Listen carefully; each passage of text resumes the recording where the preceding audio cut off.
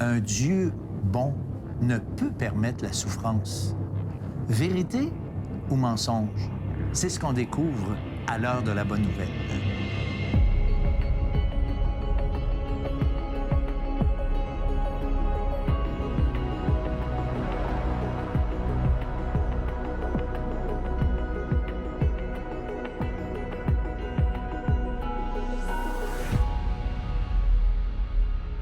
Bonjour, bienvenue à l'heure de la bonne nouvelle. On est dans notre série Détecteurs de mensonges. On utilise des croyances populaires et on les met à la lumière de la Bible, la parole de Dieu.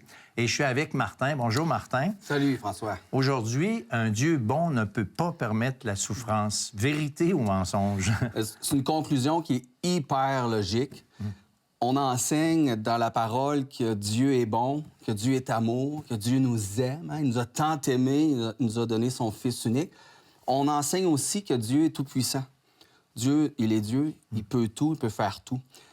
Alors, quand on met les deux vérités une à côté de l'autre, on se demande comment un Dieu bon, un Dieu qui m'aime, laisse aller, s'il est capable, il est tout-puissant, pour l'arrêter, laisse ou permet la souffrance dans notre monde. Alors, c'est un constat qui est logique, humainement parlant. Oui, non seulement logique, Martin, mais aussi un constat qui est déterminant parce que cette équation-là, Dieu est bon, Dieu est puissant, donc ça ne marche pas, il y a quelque chose qui ne va pas puisqu'il y a la souffrance, bien, on en arrive à conclure que Dieu n'existe pas. Donc, c'est très déterminant et c'est important qu'on réfléchisse à cette question-là. Et on a été justement dans la rue pour poser la question suivante. Que pensez-vous de l'idée de permettre un mal pour atteindre un plus grand bien? Je suis d'accord, parce qu'avec le mal, ça vient le bien, d'après moi. J'ai déjà reçu du mal, puis j'ai reçu du bon. Alors, je pense qu'il y a un équilibre, que faut souffrir pour avoir quelque chose de mieux dans ta vie, dans ton esprit, dans ton cœur. Bien là, ça serait, honnêtement, il faut que je vous dise oui, c'est parfait. C'est parfait. Moi, je suis d'accord avec ça. Je pense que c'est une bonne idée, ça. Si même j'ai avoir de mal maintenant, puis la réponse, ça va être bon pour moi, le résultat à la fin, ça va être carré pour moi. Permettre le mal, c'est quand même un grand terme, là. OK. Non, je pense pas, ça vient pas de Dieu non plus, c'est l'homme l'homme et ses hommeries qui fait ça. Comment qu'on fait pour savoir si c'était un mal pour un bien ou un bien pour un mal? Jusqu'à temps qu'on le vive. Puis ça peut être... ça va y aller d'opinion par opinion. Tout le monde va avoir une opinion différente. Puis à la fin, le verdict va jamais être le même sur la balance. Non, c'est un Dieu parfait. Puis non, il fait pas de choses comme ça. Il est toujours avec nous autres. Si tu te places dans une position où c'est que toi, tu te permets de dire que ça, c'est bien ou que ça, c'est mal pour les autres, je veux dire, tu juges. Que tu vas être jugé comme que tu juges. C'est pas plus compliqué que ça. Puis si tu m'en bats trop haute pour les autres aussi, bien, c'est bien marqué tout dans la Bible que tu vas être mesuré selon ce que tu mesures aussi. Fait que je veux dire, tu peux juger de tes actions à toi. Qu'on fait ça le soir, prier que le Tout-Puissant, puis te confier à lui. Mais pour ce qui est des autres, t'es pas placé pour les juger eux autres. Tu peux juger ce qu'ils font. Si t'es pas d'accord avec, tu te détournes. Ils disent bien, dans 2 Timothée 3, c'est très bien expliqué. Ils donnent même une liste de comportements de gens à éviter. Fait que je veux dire, tolérer du mal pour qu'après ça, qu'il arrive du bien, ben, je veux dire, Dieu, c'est ce qu'il fait. Puis c'est sa job à lui, c'est pas la mienne. Ben Martin, tu sais, le concept que les hommes peuvent permettre du mal pour atteindre un plus grand bien, mais il semble que Dieu, on lui accorde pas cette prérogative. Oui, mais on le comprend, on l'accepte, mais quand on parle de Dieu, c'est ça, c'est une autre histoire. Il y a 2 personnes qui ont dit « Ah non, tu sais, Dieu est bon, donc ça vient pas de Dieu », mais on ne dit pas non plus que Dieu est l'auteur du mal, Dieu est l'auteur du péché. Ce qu'on croit, ce que la Bible dit, c'est que Dieu permet, et c'est quand même important le mot, hein, c'est un mot-clé, hein, il permet les souffrances, il permet des choses dans notre vie pour justement qu'on tourne les regards vers lui. Je sais pas si tu connais le dicton, c'est quand on est sur le dos qu'on regarde en haut. Bien, c'est ça. Quand on souffre, quand on vit des moments difficiles, Dieu les permet. Il veut nous attirer à lui, qu'on puisse se questionner puis tourner nos regards vers lui. Oui, mais c'est ça. Plutôt que de se rebeller contre Dieu, plutôt que de conclure que Dieu n'existe pas, bien, pourquoi qu'on ne réfléchirait pas lorsqu'il y a la souffrance? Pourquoi qu'on ne se poserait pas des questions importantes par rapport à la vie, au sens de notre existence? Bref, après la pause, restez avec nous parce qu'on reçoit Samuel Plante et Samuel va nous parler si Dieu a des bonnes raisons ou non de permettre la souffrance. Il faut admettre que la souffrance est souffrante. On n'est pas dans le divertissement, dans le superficiel. On touche à du bois quand on souffre. Dieu trace des lignes droites à partir des lignes croches de l'être humain. À travers tout le mal, la souffrance, Dieu vient renverser, vient transformer le mal qu'on peut subir, le mal qu'on peut même se faire subir à nous-mêmes, en bien. Vous avez des questions ou des commentaires sur ce que vous venez d'entendre? Contactez-nous par téléphone ou réagissez sur les médias sociaux.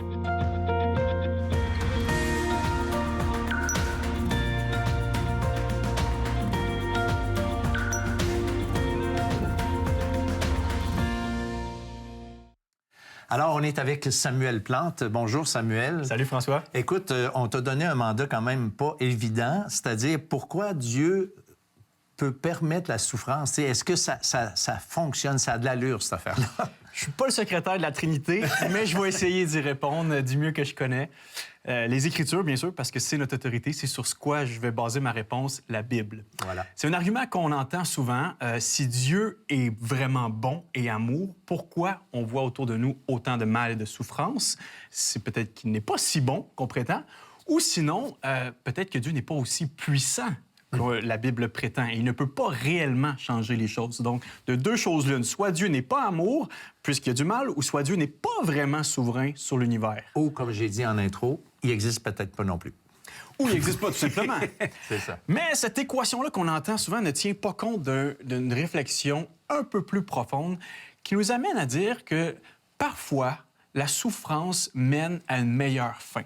Est-ce que Dieu pourrait avoir parfois de bonnes raisons de permettre la souffrance, de nous faire passer au travers maladies, épreuves intérieures, extérieures, même parfois la mort? Est-ce que la mort, parfois, pourrait être préférable pour quelqu'un lorsqu'on sait que le Dieu de l'univers tient notre vie dans ses mains? Et c'est le Dieu qu'on rencontre dans la Bible, littéralement. Pas un petit Dieu, mais un grand Dieu qui est au contrôle de son échiquier, qui sait qu'est-ce qu'il fait. Dire que la souffrance n'est pas compatible avec Dieu, c'est comme de dire, ben moi, je me suis mis en observateur sur l'univers et j'ai réalisé que ce n'est pas le meilleur des mondes possibles dans lequel on vit. Et il en existerait d'autres, des mondes meilleurs que celui-ci. C'est un peu jouer à Dieu. C'est-à-dire, ça n'existe pas un monde dans lequel la souffrance est là et c'est le meilleur des mondes. Au contraire, il faudrait créer ce genre de monde-là. Dieu nous arrête direct ici. Carrément. Comme quand Job et ses amis ont essayé de contester avec Dieu. Pourquoi Job souffre? On ne comprend pas pourquoi. Dieu ne leur a pas donné une explication en 3 points pourquoi la souffrance. Dieu leur a dit, t'étais-tu là quand j'ai créé tout l'univers? Moi, la réponse de Job me jette à terre. C'est la réponse de Dieu à Job, parce qu'effectivement, Dieu n'a pas de compte à nous rendre, nous, les êtres humains. C'est nous qui devons accepter ce que Dieu fait et non le contraire. Exact. Et c'est ce qu'on voit partout dans l'Écriture, l'infinie grandeur et souveraineté de Dieu qui est proclamée par toute sa création. On peut le lire en Ésaïe 55, le verset 9. « Autant les cieux sont élevés au-dessus de la terre, autant mes voix sont élevées au-dessus de vos voix et mes pensées au-dessus de vos pensées. » Si moi, en tant que papa, François, j'ai parfois de bonnes raisons de permettre la souffrance à mes enfants volontairement et intensément. Oui. Au mois de septembre. Je te niaise. L'année dernière, au mois de septembre, j'ai volontairement envoyé mon fils dans une salle d'opération à 10 mois, intubé, grosse opération à Sainte-Justine pour se faire retirer un ganglion dans la gorge. Pourquoi? Parce que je savais qu'il allait avoir une meilleure fin si cette souffrance temporaire était volontairement permise de ma part en tant que papa. Et si moi, en tant que papa, ignorant, pécheur, ou mauvais souvent, incapable, à maintes reprises, si moi, en tant que papa imparfait, je permets la souffrance volontairement, à combien plus forte raison Dieu peut avoir des raisons de le faire? Et c'est littéralement ce qu'on voit dans l'histoire de la rédemption. Dieu trace des lignes droites à partir des lignes croches de l'être humain. Dieu vient faire son chemin à travers tout le mal, la souffrance. Dieu vient renverser, vient transformer le mal qu'on peut subir, le mal qu'on peut même se faire subir à nous-mêmes en bien. Parce que la souffrance, elle a des vertus. Elle a des vertus. La souffrance a des vertus. Est-ce que tu pourrais expliquer? Oui, certainement. Comment tu peux dire ça? Ben oui, C.S. Lewis parle déjà du fait que la souffrance nous amène face à face avec la réalité. Lorsqu'on souffre, on est vraiment dans ce monde-ci. On n'est pas dans le divertissement, dans le superficiel. On touche à du bois quand on souffre. On vit le monde tel qu'il est, c'est-à-dire un monde qui était originellement bon, mais qui est déchu, qui est corrompu jusqu'à l'os en partant même de notre propre cœur. Ouais. Excuse-moi, mais quelqu'un avait dit, je suis en train de l'échapper, la vie, c'est pas un party. Ouais.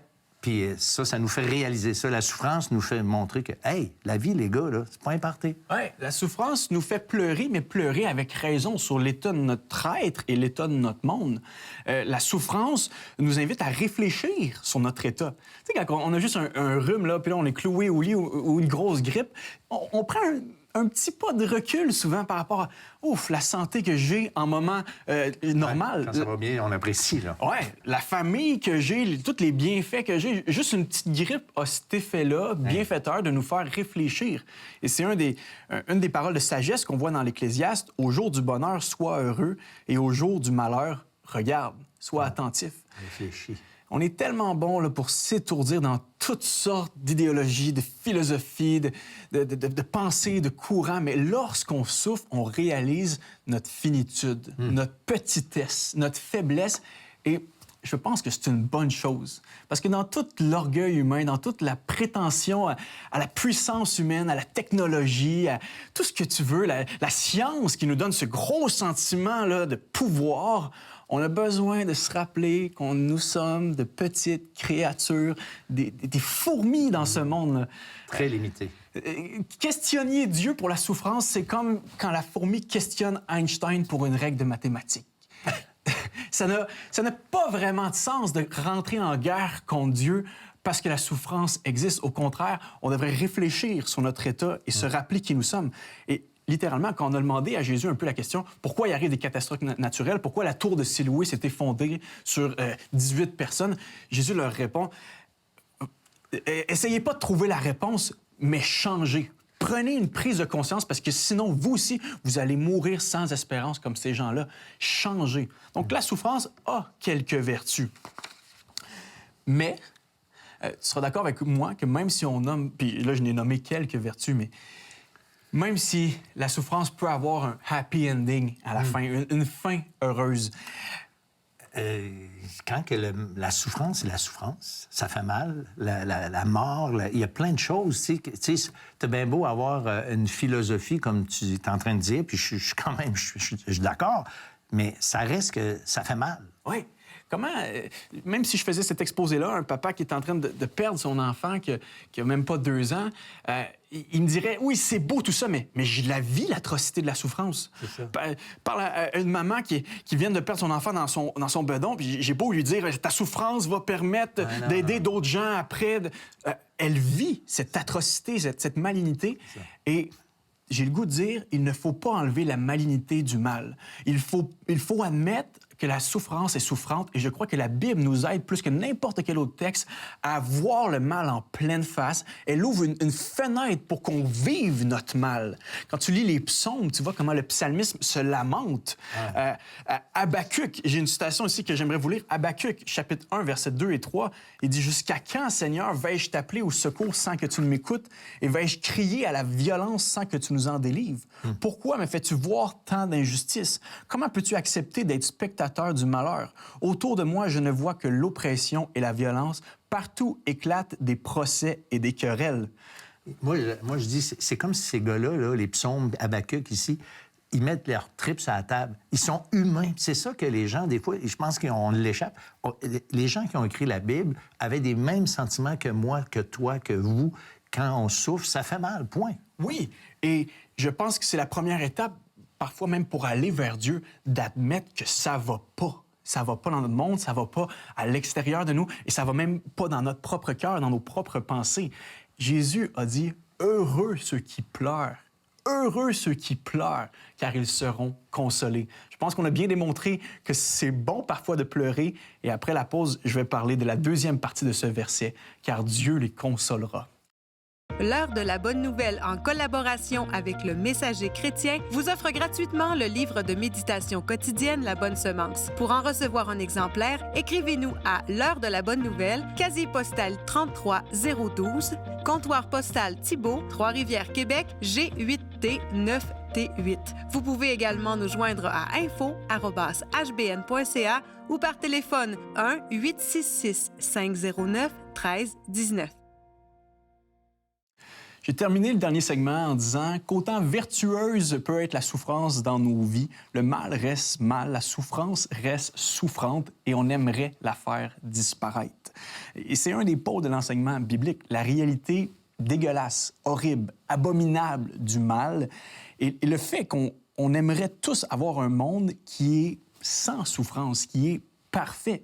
Et déjà, juste l'idée qu'on a en tête que le monde ne devrait pas être tel qu'il est présentement, c'est peut-être un petit résidu de foi qu'on a à l'intérieur de nous qui nous rappelle qu'il y a une norme plus haute que celle qu'on voit autour de nous dans la société. La Bible ne nous donne pas de réponse exhaustive pour les pourquoi du mal, pourquoi la souffrance. Quand tu ouvres Genèse 1, 2, 3, Satan, il est dans le jardin, tout simplement. Il est là. Dieu a permis sa présence pour aller tenter nos premiers ancêtres, Adam et Ève. Mais si la Bible ne nous montre pas des réponses tout à fait exhaustives à la souffrance, la Bible nous présente un Dieu qui s'engage lui-même à combattre la souffrance. Ça me rappelle une phrase du théologien Henri Blocher, un grand théologien français, qui dit « Le mal n'est pas tant à comprendre, mais à combattre. » Et ça il me semble que ça fait du sens dans nos vies. Oui, on peut dresser tous les contours intellectuels, philosophiques du pourquoi du mal, mais ultimement, ça joue dans le quotidien, ça joue dans notre cœur, ça joue dans nos pensées. Dieu lui-même s'est investi en la personne de Jésus pour venir combattre d'affront, pour venir combattre face à face le mal. Et c'est un des réconforts qu'on a en tant que chrétien, c'est que notre Dieu n'est pas resté silencieux, n'est pas resté absent, n'est pas resté indifférent à notre monde. Au contraire, il a pris la peau d'un humble homme nazaréen au 1er siècle, probablement avec un petit teint bronzé. Il est venu comme charpentier d'abord et avant tout, et ensuite il a commencé son ministère. Donc, il a vécu toutes les limitations de l'être humain. Et plus que ça, il a vécu le rejet, il a vécu la haine, il a vécu la honte publique, le rejet de sa propre famille, il a vécu la trahison. Jésus est la preuve que Dieu est intéressé à venir lutter contre le mal de ce monde. Et c'est une des phrases du célèbre théologien Don Carson qui dit « Le Dieu sur lequel nous nous reposons connaît ce qu'est la souffrance, pas simplement dans le fait qu'il connaît tout, mais par expérience. » Lorsqu'on lit les évangiles, des fois, on est quasiment surpris à quel point Jésus est horrifié du mal et à quel point Jésus s'arrête tout le temps pour prendre soin des gens autour de lui. Jésus, c'est le seul gars là, qui rentrait dans un hôpital puis il ne pouvait pas laisser personne de malade. Jésus avait une compassion gênante, tellement il était rempli de compassion, tellement il était prêt à s'arrêter, à faire des détours, tellement il ne voulait pas que le mal ait son effet dans le monde. Et lorsque le mal avait son effet, comme quand son ami Lazare est mort, Jésus s'est mis à pleurer. Jésus a pleuré contre le mal. Et Jésus, non seulement ça, a porté les limitations de l'être humain, mais il a porté tout le poids du péché de l'humanité. Sur la croix, ce que nous déclarons en tant que chrétiens, c'est que Jésus a expié le péché en portant lui-même, en absorbant, en se remplaçant à notre place, en prenant nos fautes, notre culpabilité envers Dieu. Toute la malice de vos pensées, Jésus l'avait. Jésus le portait sur lui comme un agneau qu'on mène à l'abattoir. Jésus portait sur ses épaules durant ces heures noires-là. Il portait le péché, la faute de l'humanité. Jésus connaît le mal, non pas juste par intelligence, mais par expérience. Jésus peut nous aider à traverser le mal. Jésus connaît qu'est-ce qu'on traverse présentement. Non seulement ça, Jésus a vaincu le mal. J'aimerais vous lire un des premiers credos. Ça, c'est une des premières traditions orales, ce qui circulait chez les premiers chrétiens. On peut lire en Colossiens 2, les versets 13 à 15. « Et vous qui étiez morts à cause de vos fautes, et parce que vous étiez incirconcis, Dieu vous a donné la vie avec Christ. Il parle ici à des gens qui ne sont pas juifs, qui sont païens.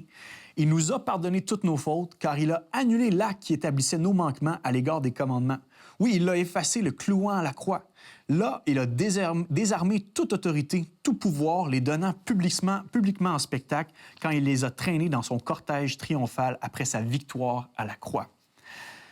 La scène qui devait être une humiliation pour tous ceux qui avaient suivi Jésus, c'est-à-dire la croix, ce Nazaréen-là, à moitié nu, cloué sur cette croix, s'est renversée comme étant la scène d'une victoire triomphante pour les chrétiens. À la croix, Jésus a vaincu le mal, Jésus a vaincu le monde, Jésus s'est moqué de Satan. Ici, l'allusion qui est prise, c'est celle d'un général qui rentre dans une ville avec les prisonniers des nations en arrière de lui. Et on peut imaginer toutes les railleries qui sont faites, qui sont lancées à l'endroit des prisonniers qu'il a ramenés. Et c'est la victoire triomphante qui éclate dans la ville. C'est la même analogie qui est prise ici pour dire, en Jésus, les puissances démoniaques. L'enfer a été bousculé quand Jésus est mort sur cette croix. Jésus a renversé tout le mal de ce monde. Jésus, en fait, a signé l'acte de fin, l'acte qui mettra fin un jour à toute mauvaise chose dans ce monde, l'acte qui mettra fin à Satan lui-même. Et ça, c'est l'espoir des chrétiens, qu'un jour, le monde sera purgé du mal. Et puisqu'il n'y aura plus de mal à l'intérieur ni à l'extérieur de nous, nous vivrons dans un monde parfait où les seules larmes qui couleront sur nos joues seront des larmes de joie, de bonheur. C'est ce qu'on aspire. Et c'est pas seulement une espérance qui est volatile, qui est abstraite. C'est une espérance qui est concrète, qui se vérifie historiquement en la personne de Jésus, le Nazaréen, qui est mort et ressuscité pour nos péchés.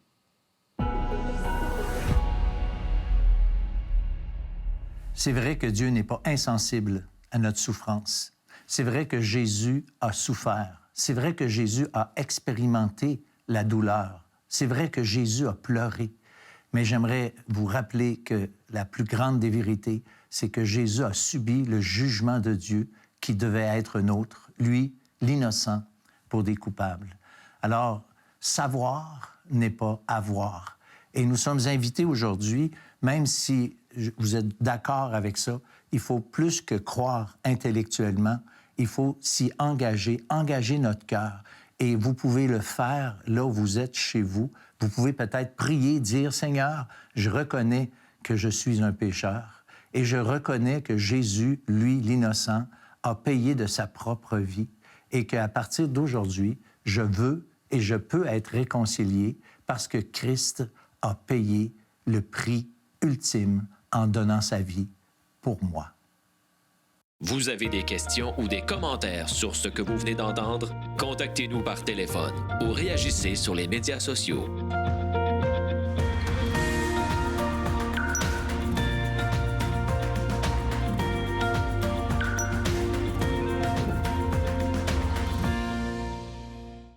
Vous êtes peut-être au courant, mais Samuel Plante, qu'on vient d'entendre, a fait aussi des capsules sur le net. Alors, si vous allez à samparle.org, bien, vous allez trouver toute une série de capsules toutes originales, plus originales les unes que les autres. Et Martin, écoute, on parle souvent, alors, de la bonne nouvelle, de conversion, mais là, toi, là, tu veux nous parler de déconversion. C'est un peu... C'est rare. Jésus, dans les évangiles, il parle de ceux qui ont cru, il parle de ceux qui n'ont pas cru, mais il parle aussi de ceux qui ont cru pour un temps et abandonnent la foi puis délaissent. Ouais. Et c'est de cet homme-là qui a cru pour un temps que je vais te parler. C'est Charles Templeton, qui était un collègue de Billy Graham. Billy Graham, le grand évangéliste américain, ouais. Quand même très connu. Dans les premières années, ils étaient ensemble, ils faisaient de l'évangélisation dans les campagnes ensemble. Et à un moment donné, Charles Templeton, il s'est détourné, il a complètement abandonné la foi. Et un jour, il a écrit un livre. Le titre de son livre, c'est en anglais, mais en français, ça dit « Adieu, adieu ». Bye-bye, Dieu. Donc, adieu, bye-bye, adieu. Mes raisons pour rejeter la foi chrétienne. Et dans son livre, il explique, en fait, il parle de la maladie d'Alzheimer parce qu'il était atteint de cette maladie-là lui-même. Et il dit que si Dieu était vraiment présent et existait, il ne permettra pas que l'Alzheimer existe. Puis pour lui particulièrement, j'imagine. Hein? Mais là, il dit, écoute, l'Alzheimer existe, donc Dieu n'existe pas. C'était son constat. Et en entrevue, on lui a demandé qu'est-ce qui a fait que tu t'es détourné exactement de Dieu. Puis il racontait qu'il était dans une salle d'attente à un moment donné, puis il attendait, puis il y avait cette revue qui était là. Puis sur la couverture de la revue, il y avait cette femme du nord de l'Afrique qui était là, qui tenait son bébé sans vie dans ses bras. Et c'était dans une période de sécheresse, très grande sécheresse. Puis elle regardait au ciel avec désespoir. Et lui, il dit, je peux pas croire que Dieu existe quand tout ce que cette femme avait besoin, c'est un peu d'eau, de l'eau. Puis, de la pluie. Et de la pluie, puis rien de tout ça. Alors pour lui, il dit non, il dit, ça se peut pas qu'un Dieu d'amour laisse ces choses-là passer. Alors, il a complètement abandonné la foi. Et puis, il n'a jamais vraiment... Il est mort en étant loin de Dieu, puis en ne croyant plus. Donc, tu sais, on peut réagir de cette manière-là devant la souffrance, devant tout ce qui arrive dans le monde d'injuste. Puis il y en a beaucoup qui font ça, qui réagissent comme ça. C'est un peu logique, je dirais, intérieurement, de faire 1 + 1 = 2. Dieu, tu m'aimes, tu es tout-puissant, pourquoi? Donc, comme on a dit. Mais il y a l'autre option, que est-ce que Dieu me cherche? Est-ce que Dieu me parle? Est-ce que Dieu permet ça pour une raison dans ma vie? Puis nous, on veut encourager les gens à la maison de se questionner. Si vous vivez quelque chose de difficile, dire, bon, Dieu, qu'est-ce que tu as à me dire? De vous tourner vers Dieu, de chercher des réponses dans les Écritures, dans la parole de Dieu, parce que Dieu se sert de la souffrance pour venir nous atteindre. Il nous amène dans des endroits qu'on n'aurait jamais été si on n'avait pas quand on souffre pas. Oui. C'est là que Dieu nous amène pour qu'on se tourne justement vers lui. Tu sais, moi, Martin, le verset que Samuel a lu tantôt, j'aimerais quand même le reprendre, là. C'est dans le livre de l'Ecclésiaste, au chapitre 7 et verset 14. Ça dit, « Au jour du bonheur, sois heureux. » Alors, garde-toi, profite-en. Merci, Seigneur, parce que tu me donnes beaucoup de joie. Puis il y a beaucoup de joie, même s'il y a beaucoup de souffrance dans le monde, il y a beaucoup de joie. Puis il dit après, il dit, « Au jour du malheur, réfléchis. » Puis là, il dit, « Dieu a fait l'un comme l'autre. Tu sais, et Dieu permet plein de choses, comme tu dis. Puis nous, on encourage les gens à réfléchir à ça, parce que la souffrance, oui, on le nie pas, elle existe, Martin, cette souffrance-là. Puis il y en a tellement. Puis même moi, je reste dans un relativement beau quartier, puis je vois des belles maisons, des belles voitures dans mon coin. Puis je me dis des fois, il y a peut-être beaucoup de misère dans ces maisons-là. Ben oui, c'est ça. Fait que, tu sais, moi je dis à la blague souvent, pas besoin d'aller en Afrique pour voir la misère, pour voir la souffrance. Il y en a partout et de différents niveaux. Même des gens peut-être qu'ils sont désespérés parce qu'ils ont peut-être tout, mais finalement, c'est quoi le sens de leur vie? Tu sais, c'est pas toujours évident. Alors, on vous remercie d'avoir été là avec nous. Merci, Martin. Et puis, nous, on vous dit au revoir et à la semaine prochaine pour une autre émission de l'heure de la bonne nouvelle. Ce Dieu, c'est un Dieu créateur, c'est un Dieu qui est puissant, c'est un Dieu qui est personnel. De dire, moi, je crois à la science, donc j'ai pas besoin de croire en Dieu, c'est une bonne excuse pour pas se poser plus de questions. Parce que si Dieu existe, ça veut dire peut-être qu'il y a quelque chose à me dire. S'il y a un Dieu créateur, peut-être qu'il y a un manuel du bonheur. Il y a peut-être un manuel de la vie. Il y a dans le cœur de l'homme un trou en forme de Dieu. La seule chose qui peut le remplir, c'est Jésus-Christ.